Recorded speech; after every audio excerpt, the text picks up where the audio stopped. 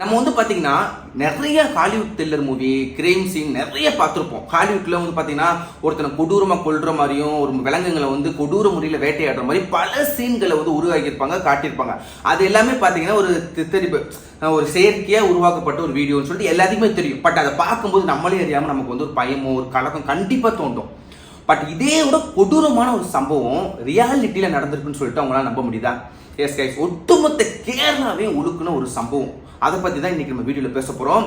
கிட்டத்தட்ட நரைப்படி அப்படின்னு சொல்லிட்டு கொடுக்கப்பட்ட ஒரு பெண் கொடூரமான முறையில் வந்து பார்த்தீங்கன்னா சித்திரவதை பண்ணி சாகடிக்கப்பட்ட ஒரு சம்பவத்தை பற்றி இந்த வீடியோவில் பேச போகிறோம். இந்த வீடியோ பேசி முடிக்கும் போது உங்களுக்கே தோணும், இப்படி ஒரு சைக்கோ கண்டிப்பாக இருக்க முடியுமானா? எஸ், அதுதான் உண்மை, இருக்க தான் செய்கிறாங்க. இப்படிப்பட்ட சைக்கோக்கெல்லாம் வந்து பார்த்தீங்கன்னா என்ன பண்ணுறதுன்னு சொல்லிட்டு தெரியல. இந்த வீடியோ நானே ஃபஸ்ட்டு படிக்கும்போது என்னையே அறியாமல் சில இடத்துல கண் கலங்கிட்டு தான் சொல்ல முடியும். ஓகே, வாங்க நம்ம டேரெக்டாக இன்றைக்கி வீடியோக்குள்ளே போகலாம். போன வாழ்க்கையும் சரி, இழந்து போன இளமையும் கண்டிப்பாக வந்து மீட் எடுக்க முடியாது அப்படின்னு சொல்லிட்டு தான் ஒரு நிதர்சனமான உண்மை.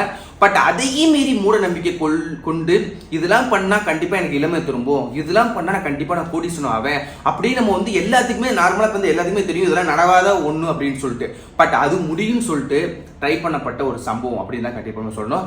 கேரளாவில் கொச்சியில் செப்டம்பர் 17ஆம் தேதி வந்து பார்த்தீங்கன்னா ஒரு சின்ன பையன் போயிட்டு ஒரு போலீஸ் ஸ்டேஷனில் ஒரு கம்ப்ளைண்ட் ஒன்று கொடுக்குறான். அது என்ன கம்ப்ளைண்ட்னா, இந்த மாதிரி எங்கள் அம்மாவை காணும், அவங்க அம்மாவோட பேர் வந்து பார்த்தீங்கன்னா பத்மா. இந்த மாதிரி எங்கள் அம்மா வந்து 2 நாள் எங்கள் அம்மாவை காணும், எப்பயும் போல வேலைக்கு போனாங்க, திடீர்னு பார்த்தீங்கன்னா வரவே கிடையாது. செப்டம்பர் 27ஆம் தேதி வந்து ஒரு நார்மலாக கம்ப்ளைண்ட் கொடுக்குறாங்க. அது எப்பயும் போல வந்து பர்டிகுலர் ஒரு கம்ப்ளைண்ட்டாக வந்து போலீஸ்காரங்க வந்து பதிவு பண்ணுறாங்க. சரி, ஓகே, ஏன்னா அவங்களுக்கு வர 1000 கம்ப்ளைண்ட்ல பட் இதுவும் ஒன்று. ஆனால் அவங்களுக்கு தெரியாது இந்த ஒரு கம்ப்ளைண்ட் வந்து ஒட்டுமொத்த கேரளா சிஸ்டையும் உள்ளுக்கும் அப்படின்னு சொல்லிட்டு சத்தியமா அந்த இடத்துல யாருமே எதிர்பார்த்திருக்க மாட்டாத ஒரு விஷயம் அப்படின்னு சொல்லிட்டு நம்ம சொல்லணும். என்ன நடக்குதுன்னா, அந்த கம்ப்ளைண்ட்டை பதிவு பண்ணிட்டு ஓகே நம்ம என்கொயரி ஸ்டார்ட் பண்ணலாம்னு சொல்லிட்டு பத்மா எப்படி விசாரணையை ஸ்டார்ட் பண்றாங்கன்னா, ஃபர்ஸ்ட் லாஸ்ட் அவங்க மொபைல் எங்கே ஆஃப் ஆச்சு அந்த சொல்லி அந்த 8 பர்டிகுலர் இதை சேஸ் பண்ணும்போது கிட்டத்தட்ட வந்து ஒரு 100 கிலோமீட்டர் அவங்க ஒர்க் பண்ணுற இடத்துல இருந்து ஒரு 100 கிலோமீட்டர் தாண்டி கொள்ளாடம் அப்படின்னு சொல்லிட்டு ஒரு பர்டிகுலர் ஏரியாவில் பார்த்தீங்கன்னா மொபைல் வந்து ஆஃப் ஆயிருக்கு. ஆஃப் ஆனதுக்கு அப்புறமா அவங்க அம்மா என்ன பண்றாங்கன்னா, ஒரு பெரிய ஒரு பேக்ரவுண்ட் வசதியே இல்லாத ஒரு ரொம்ப கஷ்டப்படுற ஃபேமிலி தான். அவங்க ஒர்க் பண்ற இடம், போற வர ஆபீஸ், ஃப்ரெண்ட்ஸ் எக்ஸெட்ரா எல்லா இடத்துலையும் பார்த்தீங்கன்னா விசாரணை வந்து ஸ்டார்ட் பண்றாங்க. அப்படி விசாரணை ஸ்டார்ட் பண்ணும்போது அவங்க வந்து ஒரு லாட்டரி சீட் வாங்கி வித்து அதுல வர வருமானத்தை தான் அந்த ஃபேமிலி குடும்பத்தை வந்து ரன் பண்ணிக்கிட்டு இருந்திருக்காங்க. அவங்க ஒர்க் பண்ணுற ஆஃபீஸில் கம்பெனி இந்த வாங்குற இடம், விற்கிற இடம், வாங்கின பர்சன் எக்ஸெட்ரா எல்லாத்துலேயும் போய் கேட்கும்போது அவங்களுக்கு ஒரே ஒரு நியூஸ் மட்டும் கிடைக்குது போலீஸ்காரங்க. என்ன நியூஸ் அப்படின்னா, எங்கள் ஆஃபீஸ்க்கு ஒருத்தர் வருவார், சபின்னு சொல்லிட்டு ஒருத்தர் வருவார், எங்களை எல்லாம் கூப்பிட்டு வந்து பேசுவார். அவர் என்ன பேசினார் அப்படின்னா, இந்த மாதிரி நாங்கள் வந்து ஒரு சின்னதாக ஒரு ஃபிலிம் எடுக்கிறோம், ஒரு மூவிஸ் எடுக்கிறோம், ஷார்ட் ஃபிலிம் எடுக்கிறோம், அதில் நீ அது என்னன்னா பான் மூவிஸு அதை எடுக்கிறோம், நீங்கள் அதில் ஆக்ட் பண்ணணும், ஆக்ட் பண்ணோம்னா உங்களுக்கு வந்து பார்த்தீங்கன்னா நாங்கள் 10 lakh rupees தரோம், 10 லட்சம் ரூபாய் தரோம் அப்படின்னு சொல்லிட்டு நிறைய பெண்கிட்ட வந்து பார்த்தீங்கன்னா சபி வந்து போய் பேசியிருக்காரு. அதுக்கு ஒரு சில பேர் வேணான்னு சொல்லியிருக்காங்க. இதே மாதிரி தான் பத்மா அம்மாவை கூப்பிட்டு தனியாக பேசியிருக்காரு அப்படின்னு சொல்லப்படுது. உடனே என்ன பண்ணுறாங்க, பட் இதுக்கும் அந்த அம்மா காணாம போனது கண்டிப்பாக ஒரு லிங்க் இருக்குன்னு சொல்லிட்டு போலீஸ்காரங்க கெஸ் பண்ணுறாங்க. அந்த சபியை வந்து கண்டுபிடிச்சி வீட்டில் போய் அரெஸ்ட் பண்ணி இது போலீஸ் ஸ்டேஷனில் வச்சு என்கொயரி ஸ்டார்ட் பண்ணுறாங்க. ஸ்டார்ட் பண்ணும்போது அவங்க பாணியில் விசாரணை ஸ்டார்ட் பண்ணும்போது பத்மா அம்மாவுக்கு என்ன ஆச்சு, என்ன நடந்துச்சு அப்படின்னு சொல்லிட்டு போலீஸ்காரர் கேட்கும்போது எல்லா உண்மையும் சொல்லும் போது அவங்களே ஷாக் ஆயிட்டாங்க அப்படின்னு தான் சொல்லணும். பட் என்ன நடந்துச்சு அப்படின்னா, அந்த சபி வந்து பாத்தீங்கன்னா 2 பேரை வந்து பாத்தீங்கன்னா ரெஃபர் பண்றாங்க. முகமது சிங், லைலா அப்படின்னு சொல்லிட்டு 2 பேரும் ஹஸ்பண்ட் அண்ட் ஒய்ஃப் தான். அந்த முகமது சிங்குக்கு வந்து லைலா வந்து பாத்தீங்கன்னா 2வது ஒய்ஃப், ஓகேங்களா. ஃபர்ஸ்ட் இது வந்து டைவர்ஸ் ஆயிடுச்சுன்னு சொல்றாங்க. இவங்க 2 பேரும் வந்து பாத்தீங்கன்னா அந்த கொள்ளடம் அப்படின்னு சொல்லிட்டு பர்டிகுலர் ஏரியால வந்து ஆயில் மஜாஜ் வந்து பண்ணி பிசினஸ் நடத்திட்டு வராங்க. இவங்க அப்பாவும் அதே தொழில் தான் பூர்வீகமா கொண்டு இவங்க அந்த தொழில் வச்சிருக்காங்க. பட் இந்த முகமது சிங்குக்கு வந்து ரொம்ப நாள ஒரு ஆசை. என்ன ஆசை அப்படி கேட்டீங்கன்னா, நான் எப்படியாவது வந்து இளமையாகணும், கோடீஸ்வரன் ஆகணும். லைலாவுக்கும் பார்த்தீங்கன்னா பணம் நிறைய சம்பாதிக்கணும், நம்ம தான் லட்சாதிபதி ஆகணும்னு சொல்லிட்டு ஹஸ்பண்ட் ஒய்ஃபுக்கு 2 பேருக்குமே ரொம்ப நாளாக இந்த ஒரு ஆசை ஒன்று இருந்ததாக சொல்லப்படுது. இப்போ அந்த சபிக், அந்த லைலா, இந்த இவங்க ஹஸ்பண்ட் அண்ட் ஒய்ஃப் அந்த சபிக் எப்படி பிடிக்கணும் அப்படின்னு சொல்லிட்டு நான் சின்ன ஒரு மாதிரி சொல்கிறேன். ஆக்சுவலாக வந்து பார்த்தீங்கன்னா சபிக்கு வந்து பார்த்தீங்கன்னா ஸ்ரீதேவி அப்படின்னு சொல்லிட்டு ஒரு ஃபேஸ்புக் அக்கௌண்ட், பேக் அக்கௌண்ட் வச்சு யூஸ் பண்ணியிருக்கான். இந்த பேக் அக்கௌண்ட்டை நம்பி இந்த ஹஸ்பண்ட் அண்ட் ஒய்ஃப் நான் சொன்னது இருக்கீங்களா லைலா, இவங்க வந்து பார்த்தீங்கன்னா கான்டாக்ட் பண்ணியிருக்காங்க. கான்டாக்ட்னா நார்மலாக வந்து லைலா கிடையாது, இந்த சிங் வந்து பார்த்தீங்கன்னா நார்மலாக கான்டாக்ட் பண்ணி பேசியிருக்கான். ஆக்சுவலாக பொண்ணுன்னு நினச்சி தான் பேசியிருக்கான். ஸ்ரீதேவி வந்து ஒரு பொண்ணு அப்படின்னு சொல்லிட்டு பேசியிருக்கான். நாளடைவில் வந்து பார்த்தீங்கன்னா இவங்க சும்மா நார்மல் பழக்கம், நட்பா மாறுது, காதலாக மாறுது அப்படின்னு சொல்லிட்டு தலைப்படு பண்ணோட பர்சனல் விஷயங்கள் நிறைய விஷயங்களை பார்த்தீங்கன்னா இவன் ஷேர் பண்ண ஆரம்பிச்சிருக்கான். ஷேர் பண்ணும்போது இந்த சபிக் வந்து எல்லாத்தையும் தெரிஞ்சுக்கிறான். லைலான்னு உங்க ஹஸ்பண்ட் இருக்காங்க, குடும்ப ஃபேமிலி இதுதான் பிசினஸ் பண்றாங்க, பல விஷயங்களை வந்து பாத்தீங்கன்னா இவங்க வந்து அவங்க கிட்ட சொல்லியிருக்காங்க. இதுல கவர் பண்ணிட்டு குறைகள் நிறைகள் சொல்லும் போது பாத்தீங்கன்னா இந்த லைலா ஃபேமிலி என்ன சொல்லியிருக்காங்க அப்படின்னா, இந்த மாதிரி எங்களுக்கு இளமை திரும்பணும், நாங்க நிறைய பணம் சம்பாதிக்கணும், ஒரு லட்சாதிபதி ஆகணும் அப்படின்னு சொல்லிட்டு இவங்க சொல்றாங்க. இப்ப இதுக்கு வந்து இந்த சபிக் என்ன பண்றான்னா, எனக்கு ஒரு சாமியார் தெரியும், அதாவது சபிக்னு சொல்றேன் பாருங்க, ஸ்ரீதேவின்னு ஒரு பேக் அக்கௌண்ட்ல போய் கான்டாக்ட் பண்ணான் தெரியுங்களா, அவன் என்ன பண்றான், இந்த மாதிரி எனக்கு ஒரு சாமியார் தெரியும், அந்த சாமியாரோட கான்டாக்ட் கொடுக்குறேன், அவரை கான்டாக்ட் பண்ணுங்க, அவர் கண்டிப்பா உங்க ஒரு மிகப்பெரிய சக்தி படைத்த சாமியார், உங்களுடைய ஆசையில கண்டிப்பா பூர்த்தி பண்ணுவார்னு சொல்லிட்டு ஒரு கான்டாக்ட் நம்பர் கொடுக்குறான். அதே மாதிரி இவங்க ஹஸ்பண்ட் அண்ட் ஒய்ஃப் என்ன பண்றாங்க, அந்த சாமியாரை கான்டாக்ட் பண்றாங்க. அந்த சாமியார் வந்து உங்க வீட்டுக்கு வரும்னு சொல்லி நிறைய வீட்டுக்கு போறாரு. இங்கதான் ட்விஸ்ட், அந்த சபிக்கும் அந்த சாமியாரும் வேற வேற கிடையாது, ரெண்டுமே ஒரே ஆளு தான். பட் இந்த லைலா ஃபேமிலிக்கு அவங்களுக்கு தெரியவே தெரியாது, ரெண்டும் வேற ஆளு தான் அவங்க நினைச்சுக்கிட்டு இருக்காங்க. அந்த வீட்டுக்கு போகும்போது அச்சல் ஒரு சாமியார் மாதிரியே வேஷம் போட்டு வீட்டுக்கு போறான். அந்த சாமியாரோட பேரை என்னன்னு சொல்லி அறிமுகப்படுத்தி வைக்கிறான். அறிமுகப்படுத்துறேன், ரஷீத்தும் முகமது ரஃபிக்கும் வேற வேற கிடையாது, ரெண்டு பேரும் ஒரே ஆளு தான். பட் இந்த லைலா ஃபேமிலிக்கு தெரியவே தெரியாது. இப்போ என்ன நடக்குது அப்படின்னு சொல்லிட்டு கேட்டா, இவன் போயிட்டு வீட்டை பார்க்குறான். அந்த சாமியார் வீட்டை பார்த்துட்டு, உங்க வீட்டில் வந்து தோசை இருக்கு, அந்த தோசத்தை வந்து போக்கிட்டோம் அப்படின்னு கேட்டீங்கன்னா நீங்க வந்து லட்சாதிபதி ஆயிடலாம், அதே மாதிரி நீ வந்து இளமை திரும்பிடலாம், ரெண்டுமே நடக்கும் அப்படின்னு சொல்லிட்டு அதுக்கு என்ன பண்ணணும் அப்படின்னு கேட்டா நான் சொல்றேன், உங்க தோசத்தை போக்கணும் அப்படின்னு கேட்டீங்கன்னா ஒரு பரிகாரம் ஒன்று பண்ணணும். பரிகாரம் மீன்ஸ் வந்து பார்த்தீங்கன்னா ஒரு நைட்டில் நீங்க பூஜை பண்ணணும். பூஜை பண்ணும்போது உங்க ஒய்ஃப் லைலாவோட பார்த்தீங்கன்னா நான் தனிமையில் இருக்கணும், உல்லாசமா இருக்கணும். பட் அதை நீங்க போகணும். இது எவனாவது சொல்லும் போது நல்ல புத்தி உள்ள மனுஷன் வந்து செருப்பை கழட்டி அடிச்சிருப்பான். பட் இவனுக்கு இருந்த அந்த ஆசை, பேராசை, ஒரு மூட நம்பிக்கையில என்ன பண்றான், எனக்கு எது பரவாயில்ல, இது பிரச்சனையே கிடையாது, நான் வந்து இளமையை திரும்பணும், ஃபேமிலி லட்சாதிபதியா மாறணும்னு சொல்லிட்டு இந்த விஷயத்துக்கு அவன் அப்செட் பண்றான். பட் அப்ப தெரியாது. அப்ப சாமியார் என்ன சொல்றான், அதுக்கு ஒரு நரபலியும் கொடுக்கணும், நரபலி யாரை கொடுக்கணும் அப்படின்னு சொல்லிட்டு நான் அன்னைக்கு பர்டிகுலர் ஒரு ஆளை கூட்டு வரேன் அப்படின்னு சொல்லிட்டு சொல்றான்.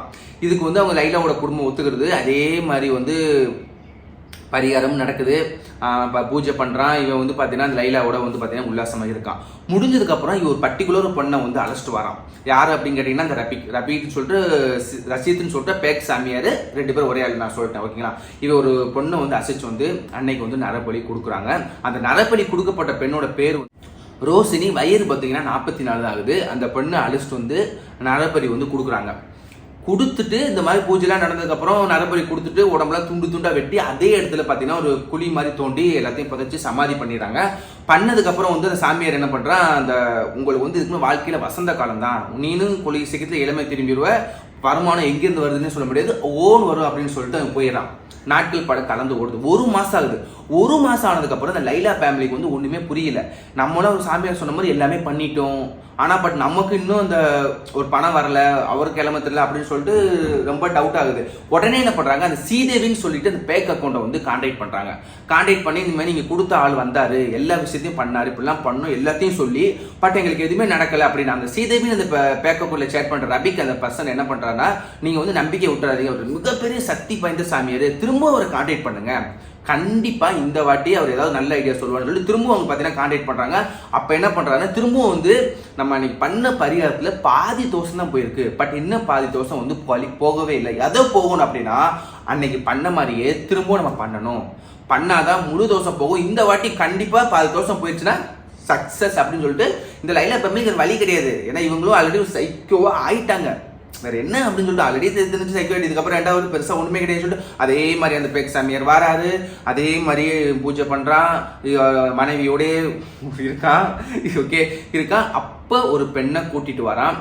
அந்த பெண்ணு தான் ஃபர்ஸ்ட் அந்த போலீஸ் ஸ்டேஷன்ல போயிட்டு கம்ப்ளைண்ட் கொடுத்தான் தெரியுங்களா, அந்த பையனோட அம்மா. அந்த பையனோட அம்மா பத்மா. அப்பதான் கூட்டு வந்து அவங்களும் அதை எப்படி கூட்டு வரான், இந்த மாதிரி போயிட்டு அந்த சொல்லியிருந்தீங்க பானாக்டருக்கு ஆக்டிவ் பண்ணா 10 லட்ச ரூபா பணம் தரணும்னு சொல்லிட்டு அதை நம்பி போயிட்டாங்க. இவனும் போயிட்டு என்ன பண்றான், அந்த சபிக்கு அந்த பேக் சாமியார் என்ன பண்றான், நீங்க போய் படுத்துக்கோங்கம்மா அப்படின்னு சொல்லிட்டு படுக்க. சரி அந்த அம்மா தானே நம்ம ஆக்ட் பண்ணதான் வந்து சொல்லிட்டு படுக்கிறாங்க. படுக்கும்போது கை காலை கட்டி போட்டு கொடூரமான முறையில, ஒரு கொடூரத்தின் உச்சக்கட்டம் அப்படின்னு தான் சொல்லணும், சுத்தியில வச்சு மண்டையில அடிச்சு உடம்ப என்னெல்லாம் பண்ண முடியுமோ அக்கக்க பார்த்தீங்கன்னா கட் பண்ணி ரத்தத்தை வந்து ஒரு இது மாதிரி குடிச்சு, எல்லாம் அந்த ரபிக் சொல்ல சாமியார் தான், இந்த ரத்தத்தை நீங்க இப்படி குடிக்கணும், இப்படி சாப்பிட்டா அப்படின்னா உங்களுக்கு சக்தி வரும், இந்த ரத்தத்தை இப்படி சாப்பிடணும்னு சொல்லிட்டு கொடூர எப்படி சொல்றது, ஒரு மனுஷ சென்மம்ல ஒரு மிருகத்தோட ஒரு கொடூரமான முறையில வேட்டையாடி 3 பேரும் சேர்ந்துருக்காங்க. அந்த ரபிக்கு, அந்த ஹஸ்பண்ட் லதா ஃபேமிலி 3 பேரும் சேர்ந்து அந்த லைலா அப்படின்னு சொல்லிட்டு பர்டிகுலர் அப்புறம் வந்து கொடூரமான முறையில் கொலை பண்ணுறாங்க. கொலை பண்ணிட்டு நெஞ்சு ரத்தத்தை குடிக்கிறது, ஒரு அது எப்படி சொல்கிறேன்னு தெரியல, ரேப் பண்ணி கொண்டு அதோட பாடியை வந்து பார்த்தீங்கன்னா அந்த இடத்துல வந்து ஃபுல்லாக புதைச்சிருக்காங்க. இதுதான் பார்த்தீங்கன்னா போலீஸ்காரர்கிட்ட அவங்க கொடுத்த வாக்குமூலம். இதை கேட்டு போலீஸ்காரங்களையும் அப்படியே ஆடி போயிட்டான். யாரா நீங்கள் எப்படா அப்படி பண்ண தோணுது அப்படின்னு சொல்லிட்டு விசாரிக்கும் போது அவங்களாம் சைக்கோவா அப்படின்னு சொல்லிட்டு ஒரு இது நார்மலாக ஒரு டெஸ்ட் எடுத்து பார்க்கும்போது கூட நல்ல ஒரு பர்சன், பட் எப்படி இந்த அளவுக்கு ஒரு கிரிமினல்னு கூட சொல்ல முடியாது, அதை விட ஒரு அல்டிமேட் அளவுக்கு திங்க் பண்ண முடியுதுன்னு சொல்லிட்டு சத்தியமாக போலீஸ்காரங்களே தெரியல. அவ்வளோ ஒரு சம்பவம் தான் பார்த்தீங்கன்னா நடந்துச்சு. அதுக்கப்புறம் என்ன ஆச்சு அப்படின்னா 3 பேர்த்தையும் விசாரிச்சு எல்லாம் ஒன்று வேற யாராவது இப்போ கொலை பண்ணியிருக்காங்களா அப்படின்னு சொல்லி விசாரிக்கும்போது 2 பேரை இது வரைக்கும் வந்து பார்த்தீங்கன்னா அரபலின் பேரில் கொலை பண்ணியிருக்காங்க. அதுக்கு வந்து பார்த்தீங்கன்னா இந்த லைலா ஃபேமிலியும் பார்த்தீங்கன்னா உடந்துன்னு சொல்லிட்டு அது தெரியுது. பட் அப்போ தான் தெரியுது இந்த ஸ்ரீதேவி இந்த ரபிக்கு எல்லாமே இவன் போட்ட ஒரு மாஸ்டர் பிளானு.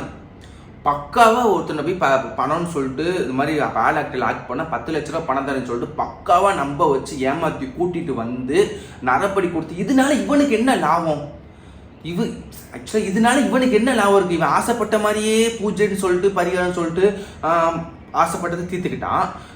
அது போக அது ஃபேமிலி கிட்ட இருந்து பணமும் வாங்கியிருக்கான். பட் இவன் 2 பேரை பரிகாரம் கொடுத்துருக்கான். எதுக்காக இப்படி ஒரு காரியம் பண்ணா அப்படின்னு சொல்லிட்டு போலீஸ்காரங்களுக்கு தெரியல. இதுக்கான ஆன்சர் அந்த ரபி கிட்டே கிடையாது. எதுக்குடா அவங்க முன்னுவரதான் இருக்கா, இவங்களை எதுக்கு நீ கொலை பண்ண, ஏதாவது முன்னாடி பகையான்னு சொல்லிட்டு அந்த ஒரு பர்டிகுலர் கோணத்தில் விசாரிக்கும் போது தான் தெரியும் எந்த ஒரு நோக்கமே கிடையாது. இவன் ஒரு விஷயத்த பண்ணணும் அப்படின்னு சொல்லிட்டு பரிகாரம்னா சும்மா இது மட்டும் பண்ணால் சந்தேகப்படணும் பழி கொடுக்கணுமேன்னு சொல்லிட்டு பண்ண மாதிரி தான் இது இருக்குது. ஒரு விஷயத்தை உண்மையாக்கிறதுக்காக அநியாயமாக 2 உயிர் கொடூரமான முறையில் பார்த்தீங்கன்னா அவன் சாகடிச்சிருக்கான். பட் இவன் ஒரு சைக்கோ அப்படின்னு சொல்லிட்டாலும் இந்த ஃபேமிலிக்கு எங்கே போச்சு அறிவு அப்படின்னு சொல்லிட்டு தெரில. ஃபைனலாக வந்து பார்த்தீங்கன்னா அவங்க விசாரணை பண்ணி இவங்க 3 பேருமே பார்த்தீங்கன்னா ஒரு மரண தண்டனை கொடுத்துருக்காங்க. ஓகே கைஸ், இதோட இந்த வீடியோ வந்து முடிச்சுக்கிறேன். இந்த வீடியோ பார்த்து முடிக்கும் போது உங்களுக்கு என்ன தோணுது? இப்படி ஒரு சைக்கிள் இருக்க முடியுமா அப்படின்னு சொல்லிட்டு கண்டிப்பாக தோணும். பட் நம்ம வந்து நார்மலாக ஒரு விஷயத்தை வந்து ஓவர் திங்கிங் பண்ணும்போது நம்ம மைண்டு நம்மளே அறியாமல் பல விஷயத்தை வந்து கற்பனை பண்ணோம். பட் இது கற்பனைக்கும் ஒரு சீரியஸாக எனக்கே வந்து புரியல, இப்படிலாம் ஒரு இருக்க முடியுமா அப்படின்னு சொல்லிட்டு தான் எனக்கும் தோணுது. ஓகே கைஸ், இதோட நான் வீடியோவில் முடிச்சுக்கிறேன். இந்த வீடியோ பிடிச்சிருந்தா மறக்காமல் லைக் பண்ணுங்கள். நம்ம சேனல் புதுசாக வந்துருந்தீங்கன்னா ப்ளீஸ் சப்ஸ்கிரைப் பண்ணுங்கள். தேங்க்ஸ் ஃபார் வாட்சிங். தேங்க்யூ.